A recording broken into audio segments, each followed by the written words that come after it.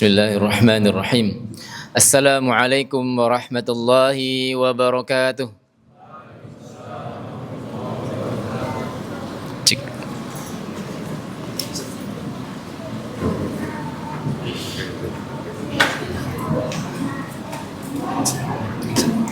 Cik. Bunyi. Baik, bismillah. Kita ulangi. Bismillah. Assalamualaikum warahmatullahi wabarakatuh. Bismillah, alhamdulillah, assalatu wassalamu ala rasulillah wa ala alihi wa sahbihi wa man wala. La hawla wa la quwwata illa billah. Tidak ada kata yang patut kita ucapkan di malam yang berbahagia ini, di malam penuh rahmat yang sejak siang tadi kita diguyur hujan yang mengguyur di berbagai macam wilayah, rahmat dari Allah untuk kita semuanya, dan semua kenikmatan yang kita dapatkan dari waktu ke waktu, dari saat ke saat, dari hari ke hari, khususnya hingga malam hari ini kita bisa bersimpuh, duduk, bermunajat, berdoa kepada Allah, menghamba kepada Allah.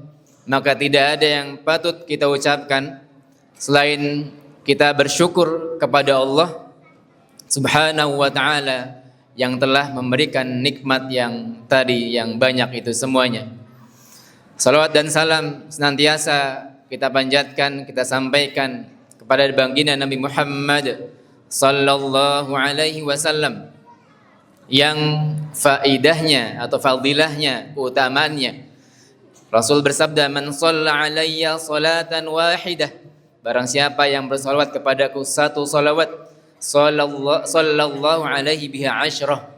Allah akan merahmati orang yang bersalawat satu kali dengan 10 rahmat, dihapuskan ampunan dan diangkat derajat. Betapa kemuliaan yang kita dapatkan hanya dengan membaca satu salawat. Dan kemuliaan-kemuliaan yang lain adalah ketika kita mengikuti semua ajarannya, semua sunnahnya. Di antara yang kita ikuti ajarannya adalah kita ibadah Ramadan, berpuasa di bulan Ramadan, menjalankan qiyamul lail, tarawih, bagian dari sunnah baginda Nabi Muhammad SAW. Dan di antara sunnah atau di antara ajaran yang mungkin barangkali sebagian kita lupa atau tidak tahu, khususnya berkaitan dengan urusan membina keluarga. Dan alhamdulillah di Masjid Ruhama selama Ramadan ini tema-tema kultumnya membahas tentang tema-tema keluarga. Kita pun harusnya juga mengikuti apa yang sudah dipandu oleh Allah melalui Rasulnya dalam Al-Quran dan hadis-hadis Rasulullah yang sudah Rasul contohkan, yang sudah Rasul sabdakan. Itu yang harusnya kita lakukan. Karena kehidupan kita, Bapak Ibu sekalian yang dimuliakan Allah, dalam kehidupan kita, kalau kita tidak mengikuti panduan, maka pilihannya adalah yang kedua, kita hanya mengikuti pengalaman. Kalau tidak panduan, maka pengalaman. Pengalaman cara bapak dan ibu kita mengajari kita, itu pun yang akan kita gunakan sebagai cara untuk mengajari anak-anak kita. Panduan atau pengalaman yang dilakukan oleh bapak ibu kita sebagai suami dan sebagai istri, itu pun yang biasanya pengalaman yang kita akan gunakan juga. Padahal seharusnya dalam menjalankan kehidupan berkeluarga adalah hal yang tidak sederhana. Harusnya kita mengikuti panduan dari Al-Quran, dari sunnah Rasulullah SAW. Di malam hari ini, tema yang diangkat adalah tentang suami setegar pilar dan istri setengah malam. Dua fungsi dalam keluarga yang tidak boleh hilang. Suami harus punya kekokohan, harus punya jiwa kepemimpinan, harus punya jiwa qawwam. Dan istri harus menjadi orang yang menenangkan bagi pasangannya. Di antara yang kita bisa gali terkait dengan dua peran itu, terkait dengan peran suami, adalah dalam surah An-Nisa ayat 34 Allah berfirman, A'udzu billahi minasyaitonir rajim. Ar-rijalu qawwamuna 'alan nisa bima faddalallahu ba'dahum 'ala ba'd wa bima anfaqu min amwalihim. Al-ayah. Sebetulnya kalau kita bisa bahas sampai selesai ayat ini, maka ini sudah jadi konsep tentang keluarga, tentang peran suami dan tentang peran istri. Karena berikutnya di ayat yang tadi berikutnya setelah bima anfaqu min amwalihim, lanjutnya adalah fassalihatu, tentang wanita. Kita bahas yang pertama, ar-rijalu, laki-laki adalah qawwamuna 'alan nisa. Laki-laki adalah qawwam. Qawwam punya makna yang banyak. Di antara yang kita bisa ambil, qawwam adalah pemimpin, punya kekokohan, punya jiwa yang membina sebagai benteng bagi keluarganya. Satu sisi di kata-kata ar-rijal sendiri, ar-rijal, laki-laki, punya padanan kata dalam bahasa Arab yaitu rijlun, kaki. Di mana rijlun, kaki, padanannya adalah kaki adalah bagian tubuh yang menopang seluruh tubuh bagian atas kita dari bahu kita sampai ke atas. Maka kaki punya fungsi menegakkan yang ada di atasnya dari bahu sampai bawah, dan ke atas itu harus ditopang sama rijlun, sama kaki. Maka kalau disamakan dengan ar-rijal, maka harusnya seorang laki-laki, seorang suami harus punya peran yang kokoh, harus punya peran yang memimpin di keluarganya, harus menjadi pemegang keputusan di keluarganya. Ini satu bagian, bima qawwamuna 'alan nisa. Ini masing-masing punya makna. Yang ingin saya bahas di malam hari ini adalah tentang bima faddalallahu ba'dahum 'ala ba'd. Yang pertama, bima faddalallahu ba'dahum 'ala ba'd. Allah telah menentukan bagi laki-laki bima faddalallahu ba'dahum 'ala ba'd. Sudah punya keutamaan yang ada di diri laki-laki. Tentang kelebihan akalnya, tentang tadi memimpinnya. Maka harusnya di keluarga kita menjadi penentu keputusan adalah para suami. Harusnya ketika ada diskusi, maka laki-laki lah yang memimpin di keluarga kita.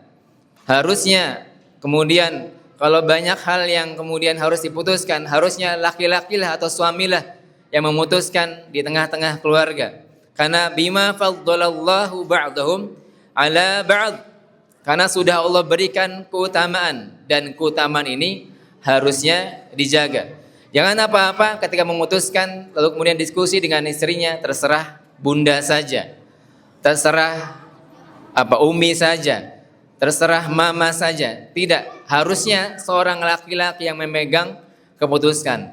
Jangan sampai di keluarga kita, anak kita, karena kita biasa mengatakan terserah, lalu anak kita kemudian, oh ternyata pemegang keputusan di rumah ini adalah bunda. Pemegang keputusan di rumah ini adalah mama, bukan ayah.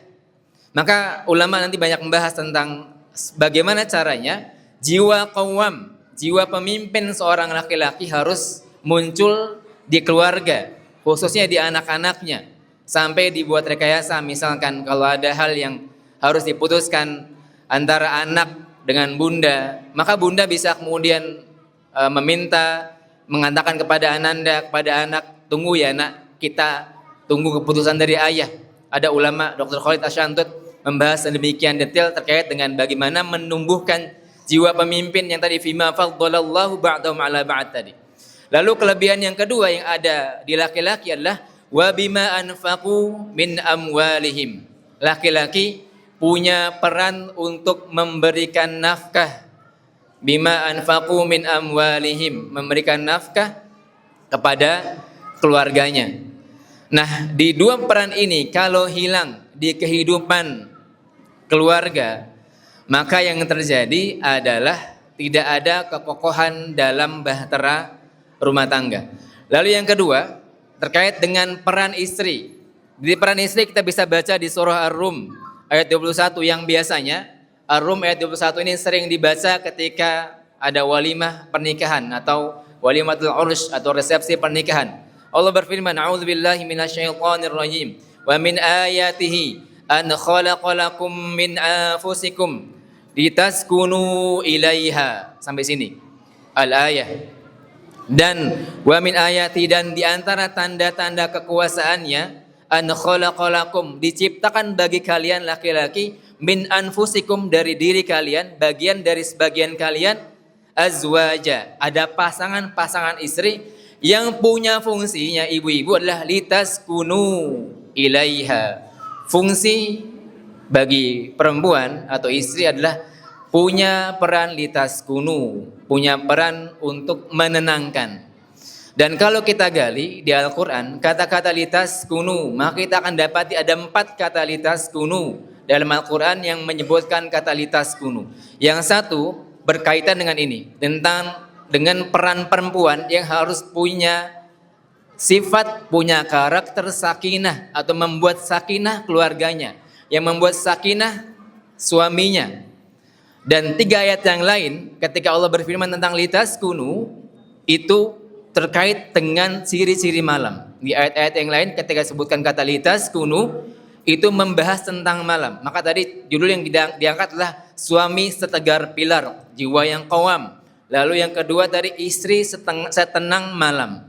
Kalau kita renungi, maka harusnya kalau rumah kita ingin jadi rumah yang kokoh, maka suami harus punya jiwa tadi kepemimpinan yang setegar pilar, setegar tiang. Dan istri-istri di rumah harus punya jiwa yang setenang malam. Yang suaminya pulang capek dan lelahnya, lalu kemudian ditenangkan oleh istrinya. Jangankan suami-suami kita, ibu-ibu sekalian, baginda Nabi Muhammad SAW ketika gemetaran menerima wahyu, ketika Jibril mengatakan kepada baginda Muhammad, dikatakan Iqra ya Muhammad, lalu ma ana biqari. Rasulullah SAW pulang ke rumah menemui istrinya Ibunda Khadijah, di mana Ibunda Khadijah sudah punya fungsi sakinah, fungsi yang menenangkan bagi suaminya. Begitupun ketika anak-anak pulang, jiwa-jiwa yang membutuhkan ketenangan dari anak-anak kita adalah dari ibunya, atau dari istri-istri kita, dari ibunya. Maka ini harus ada. Begitupun seorang laki-laki bisa kokoh, itu pun harus ditopang oleh sakinahnya, jiwa tenangnya istri. Jiwa tenangnya istri itu bisa muncul juga kalau laki-lakinya punya jiwa yang qawam, jiwa pemimpin yang kokoh. Maka sebetulnya 2 hal ini tidak kita bisa menuntut satu sama lain, tapi menuntut diri masing-masing. Kalau seorang suami ingin istrinya punya jiwa yang tenang, maka seorang suami harus punya jiwa yang kokoh, harus punya jiwa qawam yang baik, punya setegar pilar tadi, agar istrinya menjadi istri-istri yang sakinah, istri-istri yang penenang bagi kita. Begitupun kebalikannya, kalau istri-istri menginginkan suaminya punya kekokohan, sekokoh pilar, sekokoh tiang, maka istri-istri pun harus punya lebih dahulu tentang sifat sakinahnya. Maka di bab ini, di bab kita belajar ini adalah bab belajar tentang diri kita masing-masing agar kita punya peran yang maksimal. Kita sebagai suami memaksimalkan fungsi kita agar punya fungsi qawam yang kokoh tadi, yang punya 2 fungsi, bima faddalallahu ba'dahum ala ba'd, lalu wa bima anfaqu, yang memberikan nafkah yang sebaik-baiknya, bekerja dengan sebaik-baiknya. Lalu kemudian yang istri-istri tadi punya jiwa sakinah yang menenangkan bagi suaminya, bagi anak-anaknya. Allahu a'lam bishawab. Dalam waktu yang singkat ini demikian yang dapat disampaikan. Allahu a'lam bishawab, lebih kurang mohon maaf. Wassalamualaikum warahmatullahi wabarakatuh.